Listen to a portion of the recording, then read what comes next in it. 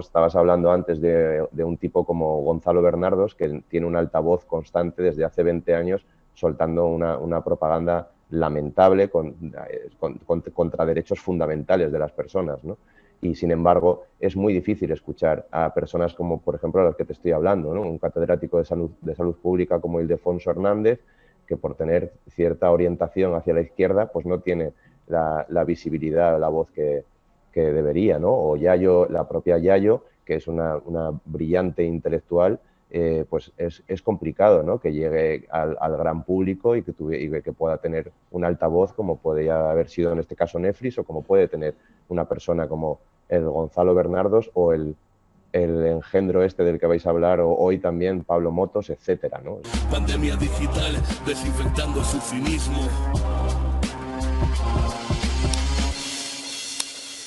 ¡Acá atrás! La verdad es que cuando descubrimos el caso de tu documental, la verdad es que nos quedamos bastante sorprendidos, y la verdad es que tengo muchas preguntas que hacerte, ¿no? Y bueno, si quieres por darnos un titular, aunque vamos a ver también bueno, para que la gente sepa de qué trata, bueno, ¿cuál es el titular? ¿Cuál fue el hecho concreto que ocurrió? Porque creo que incluso el documental se llegó a ver durante unas horas en Netflix, pero cuéntanos qué ocurrió a partir me imagino que estarías ilusionado, ¿no? Porque un documental tuyo se viera en Netflix, y qué ocurrió.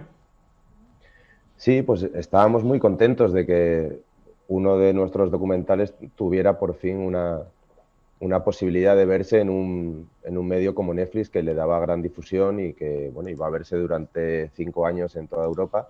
Y, bueno, por la experiencia que teníamos de otros documentales, no era fácil conseguir que tuviera y llegara a tanto público, ¿no? Y el documental se estrenó el 18 de noviembre en Netflix. El jueves, la noche anterior, a las 12 de la noche, suelen subir los documentales, ¿no? Comprobamos que ahí estaba. Y ese mismo viernes, a las 7:30, 8 de la tarde, nos avisó un amigo que se disponía a verlo viernes noche, estreno, y bueno, y ya dijo que era imposible acceder a él, ¿no?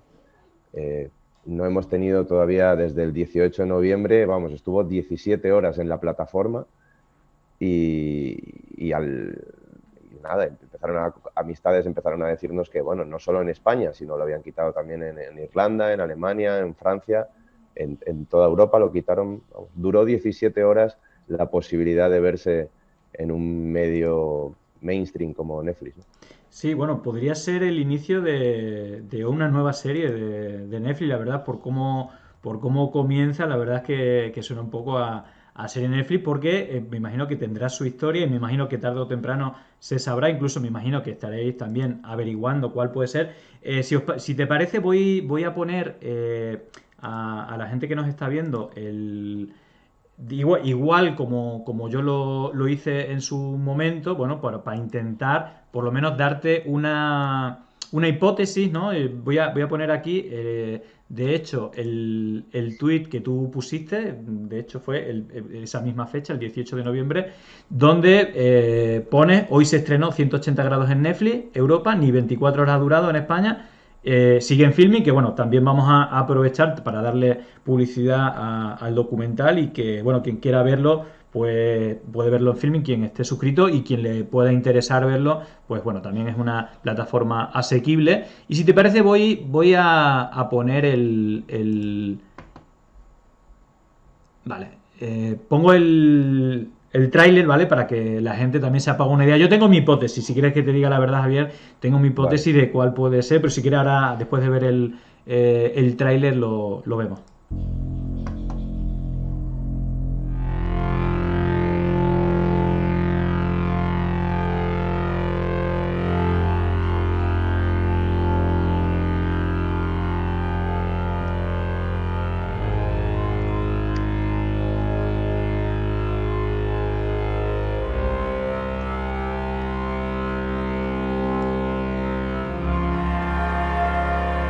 En todos los planes estratégicos de los países están las amenazas de los virus, y está claro que no estábamos preparados.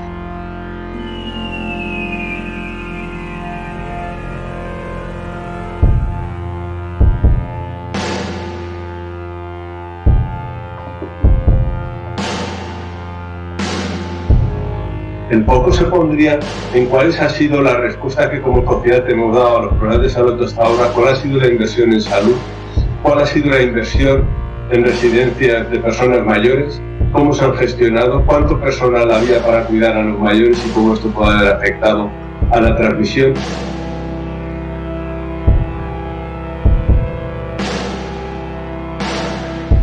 Ellos solucionan los problemas, ellos salvan vidas, ellos sanan gente, hacen que alguien, en vez de estar 15 días allí, consiga que en 10 esté saliendo por la puerta.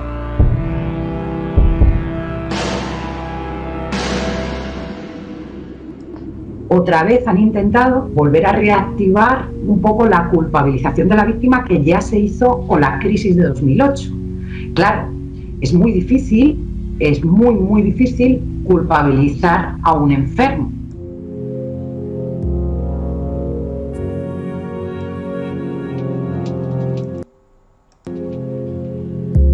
La única forma de parar esta crisis es salir del sistema, ¿no? Claro, eso está muy alto, ¿no? Está muy alto, pero es que los retos que tocan a las generaciones no los escogen las generaciones. Se están llevando a cabo unas solidaridades parciales y estamos en un momento en donde hace falta una solidaridad verdaderamente global. Todo lo que estamos viviendo ha abierto como una especie de grieta. Es como si de repente tuviéramos un pequeño minuto de lucidez para que colectivamente podamos ver lo que es importante y por dónde se nos está desangrando la vida, ¿no? Bueno, pues ahí lo teníamos, la verdad es que enhorabuena, el trailer la verdad es que es espectacular y que, bueno, aparece, bueno, pues mentes tan lúcidas como la de Yayo Herrero y tan revolucionaria, bueno, en beneficio, ¿no?, de la población y del planeta, pero que va totalmente en contra. Me imagino que es lo que viene un poco a denunciar, ¿no? No sé si lo de 180 grados es porque hay que hacer un giro de 180 grados si queremos permanecer durante muchos años en este planeta, ¿no? Sí, o sea, este documental 180 grados es una continuación del segundo que hicimos, que se llama Return, que está en Filmin y que protagoniza Yayo también, ¿no? Y Yayo en aquel documental ya nos advertía de que lo estrenamos en 2017, 2018, y ya ella comentaba que teníamos como 10 años para darle una vuelta, un giro de 180 grados al sistema económico si queríamos evitar el tan de moda ecocidio, ¿no?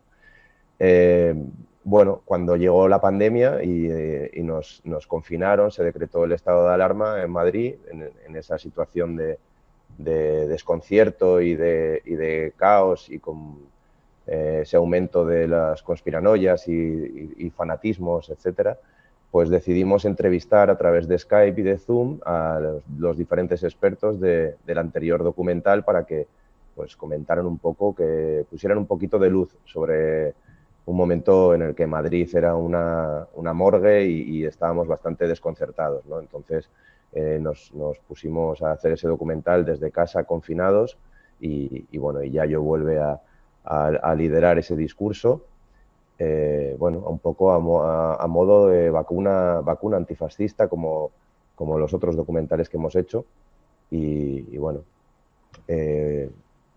una lástima que no pueda verse a través de una plataforma como Netflix, ¿sabes? Sí, yo igualmente, antes de darte mi opinión, aunque no tienes las pruebas de cuál ha sido el motivo ni los autores, ¿no?, de la censura, me imagino que debe ser externo, ¿no? Así mi hipótesis, debe ser alguien externo después de haberlo visto y que el filtro que tuvieran los creadores o los decisores dio el visto bueno, pero seguramente, y te diría, es posible incluso que llamadas desde España se diría, bueno, ¿sabéis lo que habéis subido?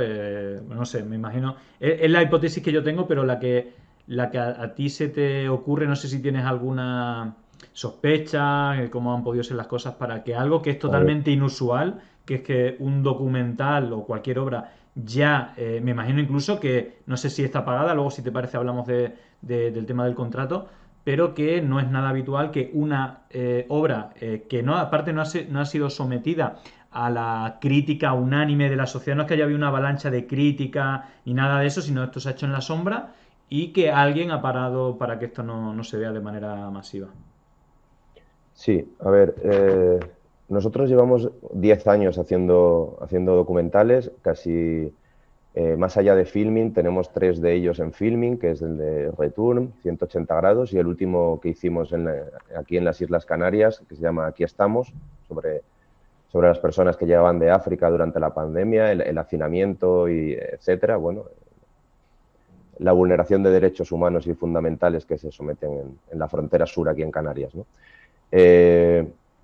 180 grados fue de los documentales, fue el tercer proyecto que hicimos y fue el que menos repercusión y menos difusión tuvo, ¿no? Más allá de Filming, es un documental que terminamos a los 4 o 5 meses de aquel estado de alarma, o sea, en septiembre de 2020, octubre de 2020 lo estrenamos allí en Madrid y luego no ha tenido, vamos, gran difusión. Cuando a mí la distribuidora de los documentales que tenemos con ellos nos dicen que Netflix lo ha comprado para toda Europa a través de Holanda, a través de alguien de Holanda que le gustó el documental y lo adquirió sin exclusividad durante 5 años para emitirse en Netflix en toda Europa.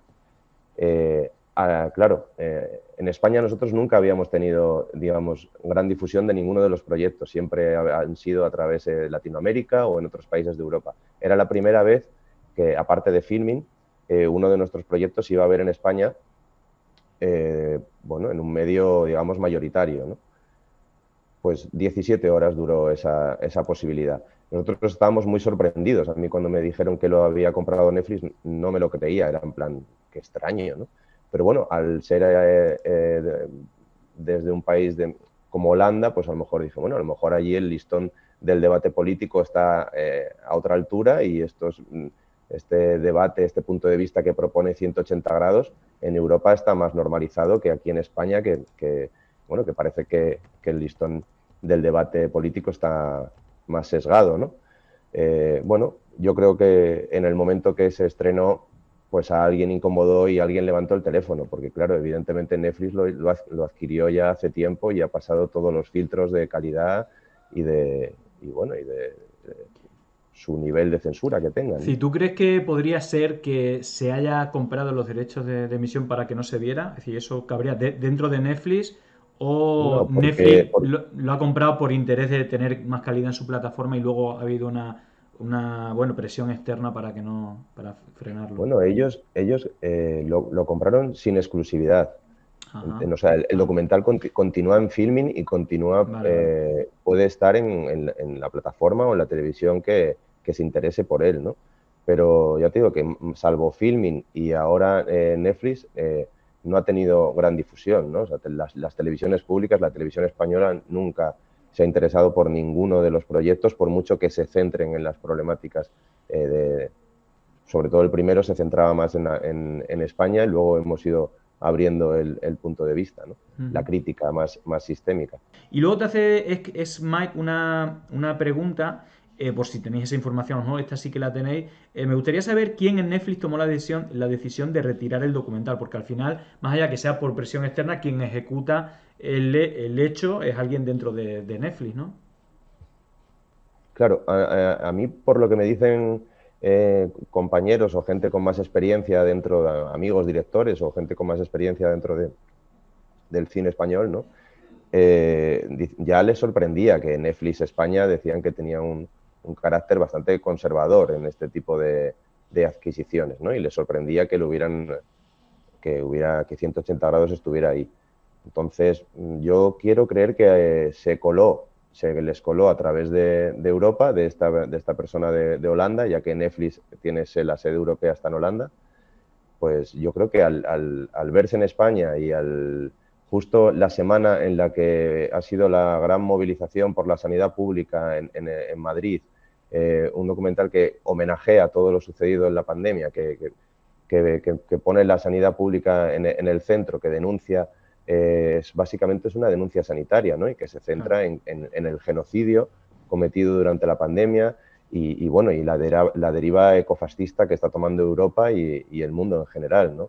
Entonces, yo creo que ha debido ser bastante incómodo en el momento que alguien, no sé de qué partido, hombre, probablemente sea de los dos partidos mayoritarios, ¿no? Pero a alguien le ha incomodado, yo creo que alguien ha sido ajeno, o puede ser alguien del propio Netflix que gestione Netflix en España y que evidentemente ya tiene un sesgo político de mano y se les ha colado esto por venir desde Holanda, yo creo que es por donde claro. se ha encontrado la grieta. La grieta duró 17 horas. Sí, bueno, en todo caso, Somi Movi te pregunta, porque lo has mencionado, ¿a qué llamas ecofascismo? ¿A qué llamo ecofascismo? Sí. Bueno, no lo llamo yo, es una teoría, bueno, pues es esta dinámica de un sistema que cada vez deja más de lado a más personas, ¿no? El aumento de la desigualdad y cómo es una lógica en la que muchísima gente, por mantener sus privilegios, va a aceptar la vulneración de derechos y libertades o la limitación de derechos y libertades solo por ir manteniendo sus privilegios, mientras se va abandonando a cada vez y esquinando cada vez y más población, ¿no? Lo estamos viendo con el aumento de los fascismos y con el aumento de la desigualdad, con el aumento de los precios de la vivienda, de la comida, etcétera, ¿no? La violencia ejercida por un sistema, ¿no?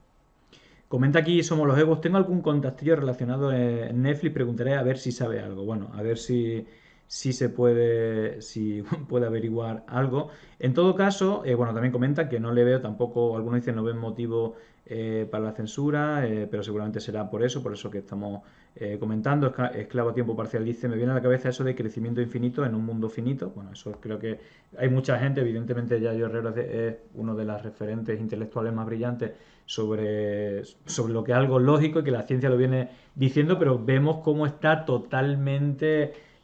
tuvimos un caso parecido, ¿no? Que puede ser paralelo con el tema de Gonzalo Bernardo, cómo ese señor hace 18 años decía que siempre iban a seguir creciendo los precios, que había que aprovechar, y 18 años después había un señor que era Jesús Gago que le decía, las políticas que se están haciendo una locura, esto va a explotar, y le llamaban terrorista, le llamaban populista. Bueno, ese señor no lo hemos vuelto a ver en la tele, y al otro señor lo vemos en todas las teles defendiendo algo que es indefendible, pero que evidentemente esas élites económicas saben a quién poner y a quién quitar. Eso creo que es igual en todos lados, pero precisamente como estamos hablando de dinámicas que quizás se han acentuado, digo, por centrarnos también en esto bueno, hablando de Netflix, ¿no? Que es una distopía, ¿no? Parece lo que hemos vivido en los últimos años. De hecho, es una palabra muy repetida, ¿no? Con todo lo que estaba ocurriendo en el mundo.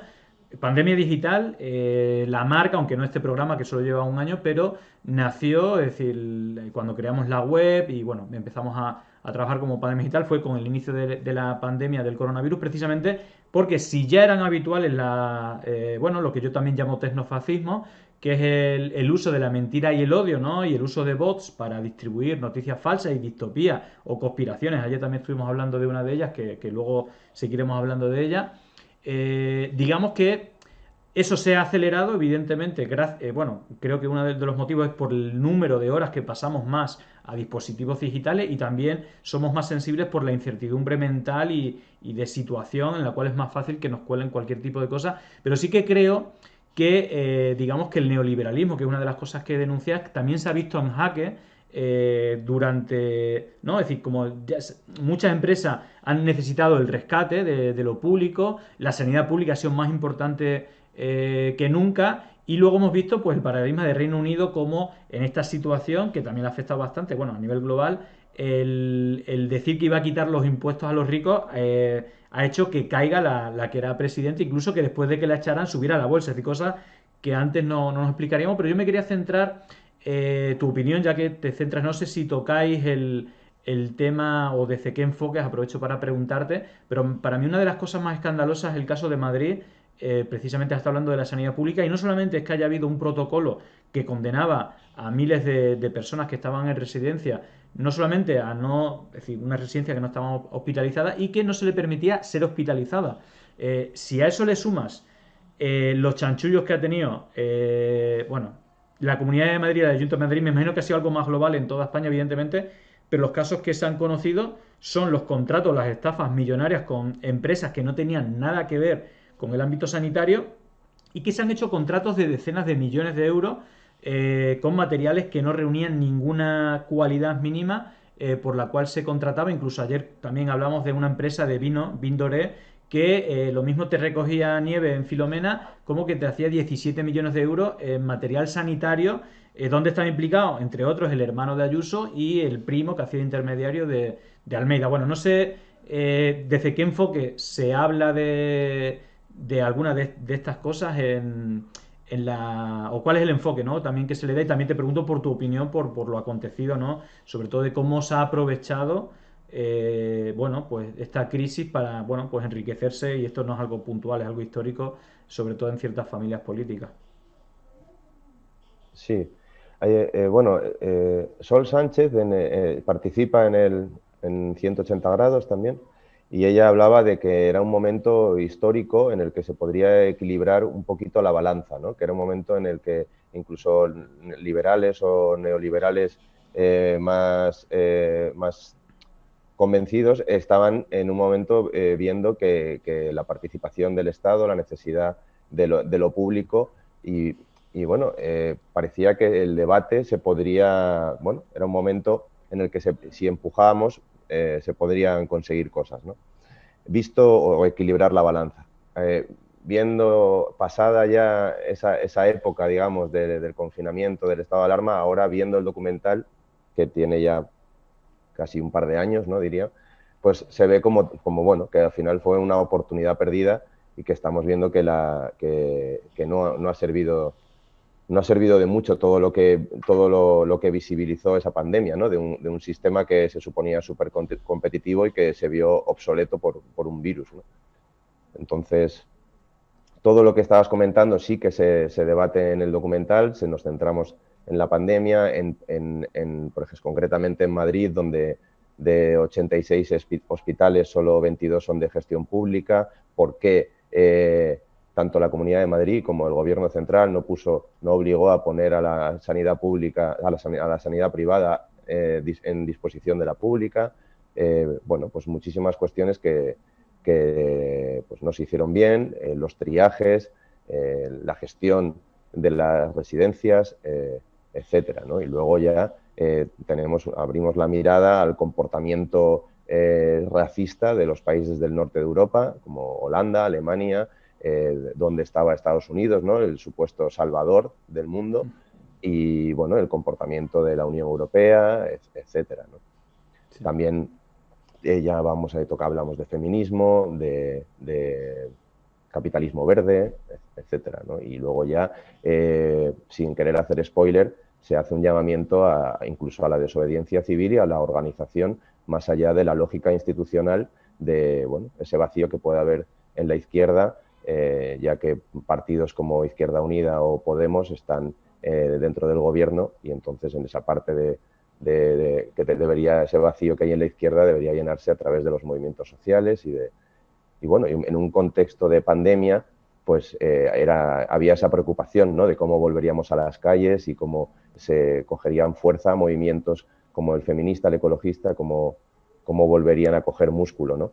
Y bueno, por eso me parecía muy bonito que coincidiera esta grieta que había encontrado el documental de verse en Netflix, que coincidiera justo cuando la sanidad pública había vuelto a una manifestación histórica que hacía mucho que no veíamos, ¿no? Que parecía que Madrid había perdido fuerza o conciencia o había tirado la toalla, y de golpe pues fue un domingo muy esperanzador, ¿no? De tal y como estaba. Sí, ya hacía mucho que no se veía, evidentemente, antes de la pandemia, y sobre todo el motivo y las razones. También te digo que es verdad que hay una polarización, ¿no?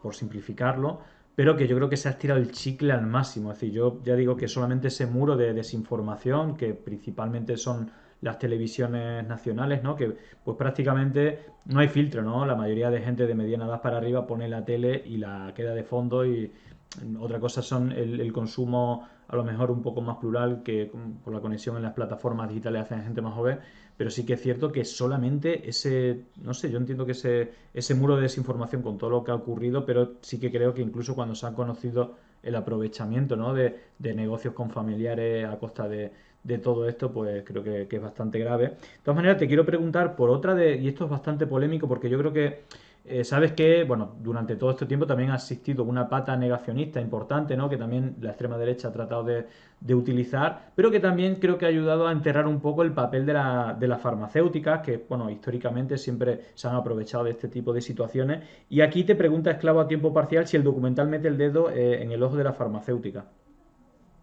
No sé si lo Bueno, tratáis en algún momento. 180 grados no tanto. En el anterior, como decía, 180 grados es como una continuación de Return, en el que sí que denunciábamos los tratados de libre comercio, la impunidad de las multinacionales para intoxicar en todo tipo de tanto alimentos, etcétera, ¿no? Y el aumento desorbitado de cánceres en personas de edades que en muy poco tiempo se empieza a normalizar que una persona de 30 años pues se le diagnostique un cáncer, o el aumento de autismos en muy poco tiempo. En cuestión de 20, 30 años el aumento es exagerado, ¿no? Por toda esta deriva o esta impunidad para intoxicar que tienen grandes multinacionales, que bueno, la más simbólica es Monsanto, pero hay muchísimas más, ¿no? Entonces sí que a través de oncólogos como Nicolás Olea o como y también Pilar Muñoz Calero, y bueno, pues en aquel documental con Ildefonso Hernández, que es catedrático de salud pública, sí que denunciamos de alguna manera ya no solo el papel de las farmacéuticas, sino el papel de esos tratados de libre comercio que daban esa impunidad con esos tribunales ad hoc y bueno, y esa intención de convertir el planeta en un gigantesco paraíso fiscal, ¿no? También se hablaba de esa deriva ecofascista, ya se fue tocando esto en aquel documental que hicimos en 2017. Luego, otra cosa que quería añadir, nosotros con estos documentales, aparte de denunciar e intentar dar voz y visibilidad a personas como Yayo, por ejemplo, ¿no? Estabas hablando antes de un tipo como Gonzalo Bernardos, que tiene un altavoz constante desde hace 20 años soltando una propaganda lamentable contra derechos fundamentales de las personas, ¿no? Y, sin embargo, es muy difícil escuchar a personas como, por ejemplo, a las que te estoy hablando, ¿no? Un catedrático de salud pública como Ildefonso Hernández, que por tener cierta orientación hacia la izquierda, pues no tiene la visibilidad, la voz que debería, ¿no? O Yayo, la propia Yayo, que es una brillante intelectual, pues es complicado, ¿no? Que llegue al gran público y que pueda tener un altavoz como podría haber sido en este caso Netflix, o como puede tener una persona como el Gonzalo Bernardos o el engendro este del que vais a hablar, o hoy también Pablo Motos, etcétera, ¿no? O sea, es en plan, por la misma lógica que esa gente tiene un altavoz constante, pues otras con otra opinión, incluso más formada y más crítica, y que a lo mejor es incómoda por lo radical que pueda parecerles, pero con una base científica sólida, ¿no? Es increíble, porque todo esto es hacer la cigüeña ante cosas que vamos a tener que afrontar antes o después, ¿no? Y va a haber que empezar a hablar de decrecimiento, va a haber que empezar a hablar de muchísimas cosas, porque, como bien dice Yayo, el decrecimiento sin control, sin organización, es puro fascismo, ¿no? Y eso es a lo que nos vemos abocados, como no empecemos a elevar por lo menos el nivel del debate, ¿no? Claro, sobre todo muy apegado a la ciencia, ¿no? Que al final ese debate verdad-mentira, bueno, ciencia conspiranoia, esa polarización también se ve. Y yo creo que, fíjate, haciendo un comentario a lo que tú comentas de los filtros que se hacen en televisión, quién aparece y quién no, yo creo que un filtro muy importante, no sé si más que el ideológico, es cuando la base de tu discurso choca con los intereses de las grandes multinacionales, ¿no? Y en este caso el de Yayo Herrero es que es una realidad, es que unos pocos se quieren quedar con todo, más allá de las posibilidades de la propia condición humana o del planeta, es decir, pero pura ciencia, pero ese es el discurso peligroso precisamente para quienes financian pues estos medios y que quizás eso, es decir, el tema, se puede hablar a veces a males de los políticos, pero de las grandes empresas que financian todo esto, la verdad es que es bastante complicado. Dice Estiércol, ha comentado cómo es el contrato que hicieron para el documental. Claro, eso se me había quedado un poco, ¿no? Y cómo afecta la retirada. No sé si en el contrato que habéis firmado con Netflix es como, bueno, lo retiramos, pero a vosotros da igual económicamente porque os han pagado aunque lo hayan retirado. Es decir, ¿cómo es eso en ese punto el contrato con Netflix? Sí, el contrato es de 5 años sin exclusividad, por lo tanto puede continuar en Filmin y puede continuar en cualquier plataforma o televisión que se interese, pero en principio, por lo que nos dice la distribuidora, desde abril, que está apalabrado y firmado esto, ellos están cumpliendo con los pagos trimestrales o semestrales. Nosotros no hemos visto todavía un duro. Bueno, pero os lo dice vuestro agente. Sí, al parecer sí. Y la cantidad es la misma, no, en principio no varía, ¿no? Es una cantidad. Y lo que sí está claro es que tenemos un misterio por resolver. No sé, desde aquí le prestamos atención y bueno, si tenéis cualquier novedad sobre el caso, pues la verdad que sería interesante, porque yo creo que sería bastante paradigmático de qué se mueve detrás de las bambalinas, ¿no? De estos medios, de estas nuevas plataformas, que mucho no hay una crítica, ¿no? De Netflix, ¿no? Como que es woke, que es de izquierda y tal. Bueno, esto viene muy de Estados Unidos, creo que no pega mucho con nuestras costumbres en España. Para nada. Pero está claro que no es tan de izquierda ni es tan woke cuando es una gran empresa y una plataforma pues mira por los intereses económicos. Yo claro.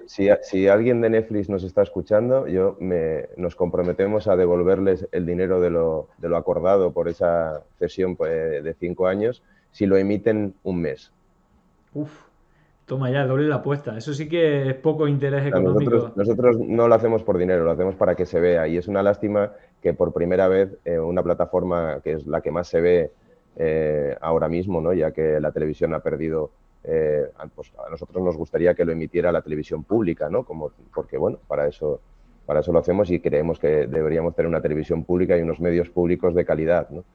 Pero ya que teníamos esta oportunidad de un medio mayoritario que podría llegar a un gran público y que voces como la de Yayo podía llegar en momentos tan delicados como los que estamos viviendo, pues nos parecía muy, muy necesario y estábamos contentos de que eso sucediera, ¿no? La parte económica es puramente simbólica y a nosotros ni nos soluciona, ni nos va, ni nos viene, porque esto lo hacemos con presupuesto cero y es, vamos, como para tomarnos algo un día.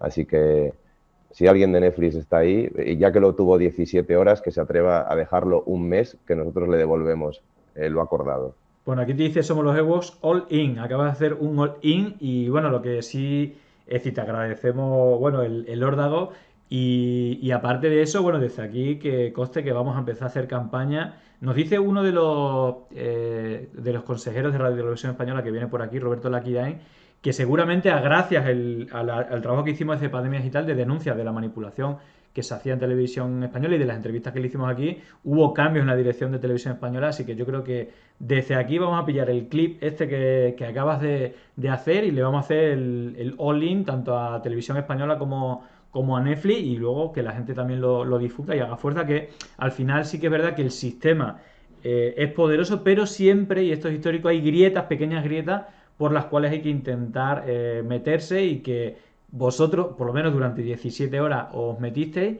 y que nosotros vamos a intentar buscar esa grieta y difundirlo en redes, hacerle promoción al documental y, bueno, invitando a la gente que lo vea en Filmin, pero que simultáneamente haga campaña de Netflix, os regalamos la serie, y por otra parte Televisión Española de que lo emitan, porque bueno, como no hay exclusividad, pues también lo pueden emitir. Yo creo que merece la pena, sí. Y no estamos habituados a la calidad, no solamente técnica, sino al mensaje tan necesario en una época un poco distópica que nos ha tocado vivir. Así que, Javier, muchísimas gracias por el documental, y cualquier novedad, cualquier cosa que averigüéis de quién está detrás de esa censura, hacérnoslo llegar, que le daremos cobertura. Llegó el momento de no estar callado, de desmontar inventos que vienen envenenados. Es contrainfo, que no es lo mismo. Pandemia digital, desinfectando su cinismo. Gracias por la suscripción, muchísimas gracias.